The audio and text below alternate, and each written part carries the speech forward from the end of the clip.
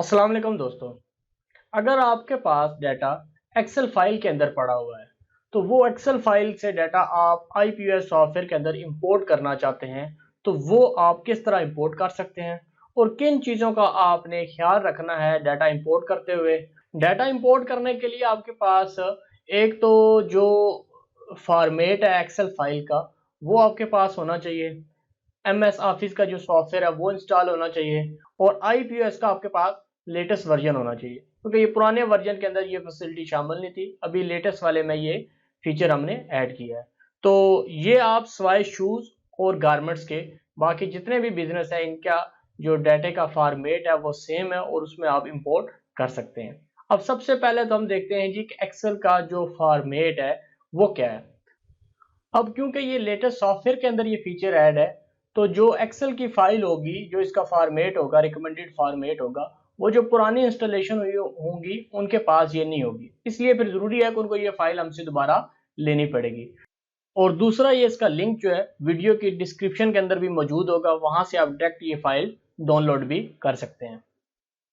जो फाइल का पाथ है वो आपको मैं बताता चलूं कि जहां से भी आपका सॉफ्टवेयर रन हो रहा है चाहे सी से डी से ई से कहीं से भी जो वहां से रन हो रहा है तो आपने क्या करना है कि यहाँ से ओपन फाइल लोकेशन में जाके तो अगर तो आपके पास फाइल पड़ी हुई है item sheet dot XL S यही आपने नाम रखना है तो ओके है। अगर आपके पास नहीं है तो यहाँ पे आपने इसी नाम से जो हम आपको फाइल देंगे रीनेम ना कीजिएगा, तो फाइल यहाँ पे रख देनी है। सबसे पहले जो आपने काम करना है वो ये करना है कि इस फाइल की आपने एक कॉपी बना लेनी है। कॉपी इसलिए ज़रूरी है कि अगर जब आप इसमें इसको ओपन करेंगे, इसके अंदर आप डाटा ऐड करेंगे। जब आप डाटा ऐड करेंगे तो हो सकता है कि जो इसका सर्टेन फॉर्मेट है उसको आप तब्दील कर दें, जिसकी वजह से आपको जब डाटा इंपोर्ट हो रहा होगा तो आपके सॉफ्टवेयर एरर दे देगा। इसलिए आपने इसकी कॉपी बना लेंगे तो आपको उसको वेरीफाई करना आसान हो जाएगा। अब फाइल को मैं ओपन करता हूँ। तो सबसे पहले तो हम ये देखते हैं कि इसके अंदर कौन-कौन सी इंफॉर्मेशन हम सॉफ्टवेयर के अंदर यहाँ से लेके जाते हैं। जो सबसे पहला कॉलम है वो है आइटम कोड का, इसके बाद है reference code, description, cat code, category का कोड, सब सब कोड जो है ये सप्लायर का कोड है। इसी तरह सब कैट कोड का मतलब है सब कैटेगरी का कोड, ब्रांड का कोड, थर्ड कैटेगरी का कोड। इसके बाद इसकी पैकिंग आ जाती है कि ये जो आइटम है इसके 12 पीस हैं, 6 पीस हैं, एक पैकिंग के अंदर कितने आते हैं। फिर इसके आगे साइज है, यूनिट है, ट्रेड प्राइस है, आरपी है, एमआरपी है, वेयर हाउस की कास्ट प्राइस है और फिर आगे वेयर हाउस की सेल प्राइस है।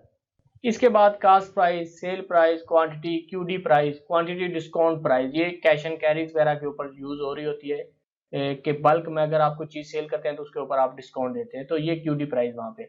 इसके बाद आइटम की टाइप क्या है, जीएसटी परसेंटेज क्या है, शेड्यूल क्या है, किस शेड्यूल का ये आइटम है। इसके बाद डिस्काउंट है और ये कमीशन है। कुछ फील्ड्स ऐसी होंगी जो आपके बिजनेस से रिलेटेड होंगी और कुछ फील्ड्स ऐसी होंगी जो आपसे बिजनेस से रिलेटेड नहीं होगी, क्योंकि ये जर्नल एक फाइल है। इसलिए आपने इस चीज को ध्यान रखिएगा कि जो फील्ड आपके काम की नहीं है तो आपने उसको खत्म कर देना है। यहाँ से कॉलम इस तरह डिलीट नहीं कर सकते। आपने ये करना है कि यहाँ पे जो मिसाल के तौर पर आपको ये नहीं चाहिए तो आपने ये इसको खत्म कर दिया। या दूसरी बात यह है कि जब आप यहाँ से एक नया आइटम फीड करते हैं, मिसाल के तौर पर मैं आपको एक नया आइटम फीड करके बताता हूँ। आइटम कोड के अंदर आपने बार कोड से उसका कोड स्कैन करना है। इसी तरह जो रेफरेंस कोड में अगर आप कॉटन का कोड कर रहे हैं तो वो भी आपने स्कैन करना है। टाइप करने से इसमें थोड़ा सा मिस्टेक होने के चांस ज्यादा होते हैं, इसलिए आपने टाइप से बचना है और बार कोड से उसको स्कैन करना है। अब नीचे मैं एक आइटम इसके अंदर फीड कर रहा हूँ, ये उसका आइटम का कोड आ गया। रेफरेंस कोड में उसका कोई नहीं रखना चाहता, मैं इसी तरह ब्लैंक छोड़ दूंगा। इसके बाद जो इसका नाम है वो टेस्ट आइटम 7 मैंने कर देना है। कैटेगरी का कोड अगर मैंने देना है तो लिख दूंगा, नहीं देना तो इसको स्किप कर दूंगा, इसको भी स्किप कर दूंगा, जो मैंने नहीं देना उसको मैं स्किप कर दूंगा। इसके बाद साइज पे आ गया, यूनिट पे आ गया, टीपी पे आ गया। अब देखें जिस तरह ये है आपने इसको जीरो कर देना है, इसको भी जीरो कर देना है, इसको भी जीरो कर देना है। ये जो फॉर्मेट है, ये ऊपर आप जो फॉर्मेट देख रहे हैं इस फील्ड का, वो बहुत जरूरी है। अगर आप इसका फॉर्मेट चेंज कर देते हैं, जिस तरह आप फॉर्मेट सेल में जाके ये न्यूमेरिक को आप टेक्स्ट कर देते हैं, तो फिर ये जब डाटा इंपोर्ट होगा तो आपको एरर देगा। इसलिए आपने फॉर्मेट को कीप करना है, जो भी फॉर्मेट है उसी तरह आपने उसको चलाना है। अब जिसकी प्राइस नहीं देनी आपने जीरो कर दिया। अब सिर्फ आप सेल प्राइस दे रहे हैं तो आपने इसकी ये सेल प्राइस दे दी। कितनी क्वांटिटी के ऊपर डिस्काउंट है? आप कहते हैं जी कि 1 के ऊपर इसका डिस्काउंट है 190 का, कि जब एक आइटम भी बिके तो ये 190 का बिके। इसके बाद इसकी टाइप क्या है वो आपने यहाँ से कॉपी कर लेनी है और यहाँ पे लिख देनी है। इसके बाद इसके ऊपर जीएसटी कोई नहीं है, यहाँ पे आपने ब्लैंक छोड़ देना है। डिस्काउंट इसके ऊपर आपने कोई नहीं है, कमीशन इसके ऊपर आपने कोई नहीं है, तो आपने इसको 0 छोड़ देना है। तो इस तरह आपने इसके अंदर फील करना है।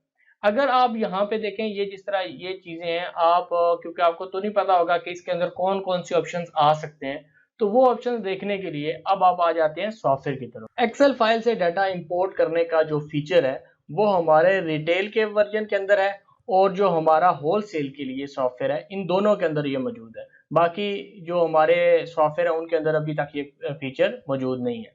तो हमने सबसे पहले तो रिटेल वाले में मैं आपको बताता हूँ। रिटेल वाला मैंने ओपन करना है सॉफ्टवेयर।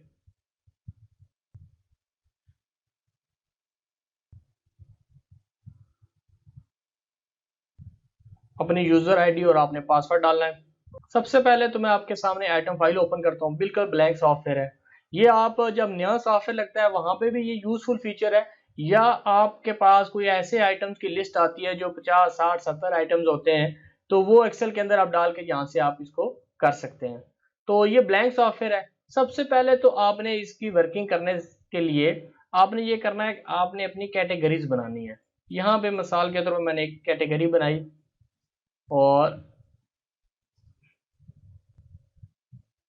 इसी तरह मैंने जो मुझे इंफॉर्मेशन मैंने यहाँ पे कैटेगरी के अंदर जिसका मैंने कोड लिखना है, तो आपने एहतियात से देख के इसके कोड देने। आप देखें यहाँ पे इसका कैट कोड 01 है, तो मैंने 01 के नाम से कैटेगरी यहाँ पे क्रिएट की। इसी तरह 02 है तो मैंने 02 यहाँ पे कैटेगरी क्रिएट की। अब जो ही 02 इसको मिलेगा तो वो टेस्ट 2 के साथ कर देगा। इसी तरह जहाँ पे आप आते हैं सप्लायर के अंदर, तो यही मैंने कोड्स यूज करने हैं सप्लायर के लिए भी। 001 टेस्ट सप्लायर, और इसी तरह मैंने ये सप्लायर का दूसरा कोड डाल दिया।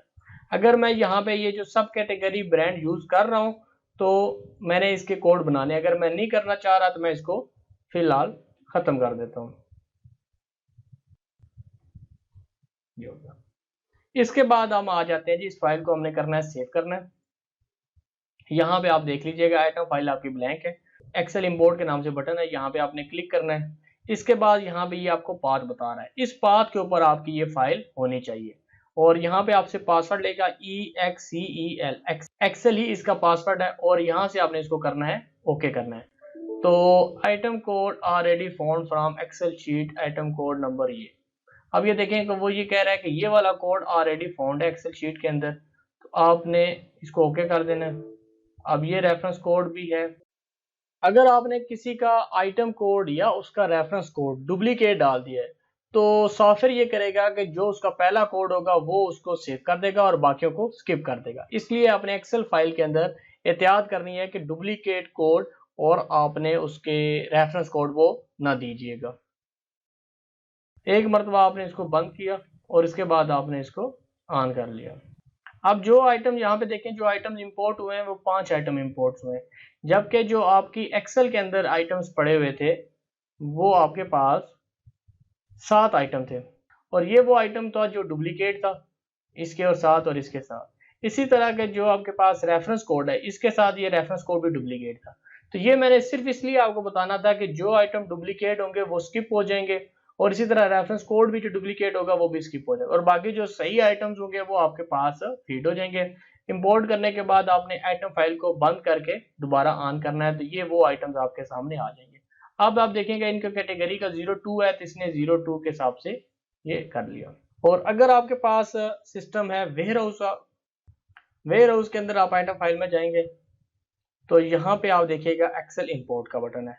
यहाँ पे आपने एक्सेल इंपोर्ट किया और इसी तरह आपने एक्सेल का पासवर्ड दिया और एंटर की आपने प्रेस की। जो आइटम डुप्लीकेट थे उसने आपको बता दिया और इसके बाद जो आइटम आपके पास सही हो गए वो इसके अंदर इंपोर्ट हो गए। इसको आपने एग्जिट किया और दोबारा आपने इसको ऑन किया तो ये आपके पास आइटम्स आ गए। अब ये तो सिंपल तरीका था, इसमें कोई मुश्किल नहीं है कि आपने वहां पे जो फील्ड ऊपर लिखी हुई है उसके मुताबिक आपने अपना डाटा ऐड कर लेना है। अब कुछ चीजें ऐसी हैं कि जो आपने एग्जैक्ट लिखनी है सॉफ्टवेयर से देख के। मिसाल के तौर पर ये जो आपकी टाइप है और इसके बाद ये जो शेड्यूल है, इसके लिए आपने क्या करना है कि आपने सॉफ्टवेयर को ओपन करना है और आइटम फाइल पे आ जाना है। अब जहाँ पे इसकी टाइप की बात है तो यहाँ पे एडिट करेंगे और ये आपके पास टाइप आ जाएंगे। इसमें से ये चेंज है, इसके ऊपर आपने राइट क्लिक करके कॉपी कर लिया और यहाँ पे जो आपके पास ये है आपने इसको चेंज कर देना है, ये टाइप है। इसी तरह जो आपके पास शेड्यूल है वो यहाँ पे आपके पास शेड्यूल आ रहे हैं, इसको भी आपने राइट क्लिक करके कॉपी कर लिया और यहाँ पे आपने इसको देना है। इसलिए आपने एज इट इज कॉपी करेंगे तो ये इन्फॉर्मेशन आपकी एक्यूरेट आएगी। अदरवाइज अगर आप अपनी तरफ से लिखेंगे और स्पेलिंग की मिस्टेक होगी तो वो आपको वहां पे जब रिपोर्टिंग आएगी तो वो उसमें मसला आपको आएगा, क्योंकि ये फिक्स है स्पेलिंग जो भी आप देख रहे हैं इसी के मुताबिक आपने इसको लिखना है।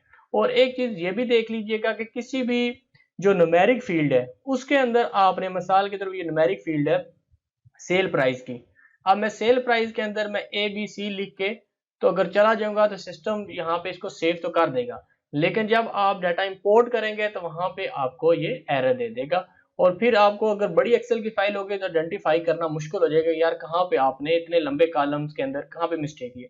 इसलिए आपने बिल्कुल एहतियात से और एक मरतबा इसको तसल्ली से देखने के बाद आपने इसको इम्पोर्ट करना है। ये जो इन्फॉर्मेशन आप देख रहे हैं ये सॉफ्टवेयर के किस कॉलम के अंदर है या किस टेक्स्ट बॉक्स के अंदर है, तो आपने एक आइटम इसके अंदर डाल के इसके अंदर इन्फॉर्मेशन डाल के फिर आपने यहाँ पे इसको मैच कर लेना है। आप ये देखें जिस तरह ये डिस्क्रिप्शन लिखी हुई है, ये इसकी पैकिंग लिखी हुई है, ये इसका साइज है, ये यूनिट है, ये आइटम की टाइप है, यहाँ पे आप कैटेगरी सप्लायर सब कैटेगरी ब्रांड देख रहे हैं। इसी तरह ये थर्ड लेवल यहाँ पे आपको नजर आ रहा है, ये इसकी कास्ट प्राइस है, सेल प्राइस है इसकी। और इसके बाद यहाँ पे जो सिंगल आइटम कमीशन है सेल्समैन का वो आ गया, इसका डिस्काउंट आ गया, यहाँ पे इसकी टैक्स की परसेंटेज आ गई, ये उसकी टाइप आ गई और ये उसकी क्वांटिटी आ गई और ये उसका क्वांटिटी डिस्काउंट आ गया। तो इस तरह आप अपनी फील्ड्स को मैच कर सकते हैं। एक आइटम डालने के बाद आप चेक कर लें कि कौन सी फील्ड किसके अंदर जा रही है। जो इन्फॉर्मेशन आपको नहीं चाहिए वो उसको आप, अगर वो न्यूमेरिक है तो उसको जीरो कर दें और अगर ये टेक्स्ट फाइल है जिस तरह ये है तो आप उसको सिंपल इस तरह बैक स्पेस करके खाली छोड़ दें। और उसके लिए जरूरी है कि आपने यहाँ पे जो इसका आइटम कोड है, अगर कोई भी चीज आप खत्म करते हैं तो उसकी पूरी लाइन को आपने इस तरह खत्म करना है। अगर आपने ज्यादातर आइटम डिलीट करने हैं तो आपने इस तरह कीजिएगा, एक आइटम छोड़ दीजिएगा और बाकी यहाँ से आप पकड़ के इसको इस तरह डिलीट कर दीजिए। एक आइटम इसलिए मैं आपको कह रहा हूँ छोड़ दो ताकि आपको अपना फॉर्मेट पता चलता रहे कि किस फील्ड के अंदर आपने क्या चीज सेव करनी है। और इस तरह आपने ये भी चीज देखिएगा, जिस तरह आप ये देख रहे हैं कि ये कुछ कॉलम्स की स्टार्टिंग में तो मैंने नहीं लिखी और यहाँ पे आगे आपको नजर आ रही है, तो ये जो मिस्टेक होंगी ये आपको फिर बड़ी मुश्किल पैदा करेंगी आपके इंपोर्ट करने के लिए। इसलिए आपने जब भी डिलीट करेंगे तो आपने इस तरह कीजिएगा कि यहाँ से पूरी की पूरी लाइन आपने डिलीट करनी है ताकि जिस रो के अंदर डाटा होगा वो एंड तक उसके अंदर डाटा और कोई भी ब्लैंक यहाँ पे आपके पास नहीं होनी चाहिए। तो फिर आपने इसको बंद करना है, सेव करेंगे, उसके बाद आपने यहाँ से इंपोर्ट करना है। जब फाइल ओपन हुई होगी तो फिर आपने इंपोर्ट ना कीजिएगा क्योंकि फिर आपके डाटे का एरर आ जाएगा। उम्मीद है दोस्तों कि मेरी ये आपको वीडियो पसंद आई होगी। कमेंट्स के अंदर जरूर इसका इजहार कीजिएगा। अल्लाह आपका आमीन नासिर हो। अल्लाह हाफिज।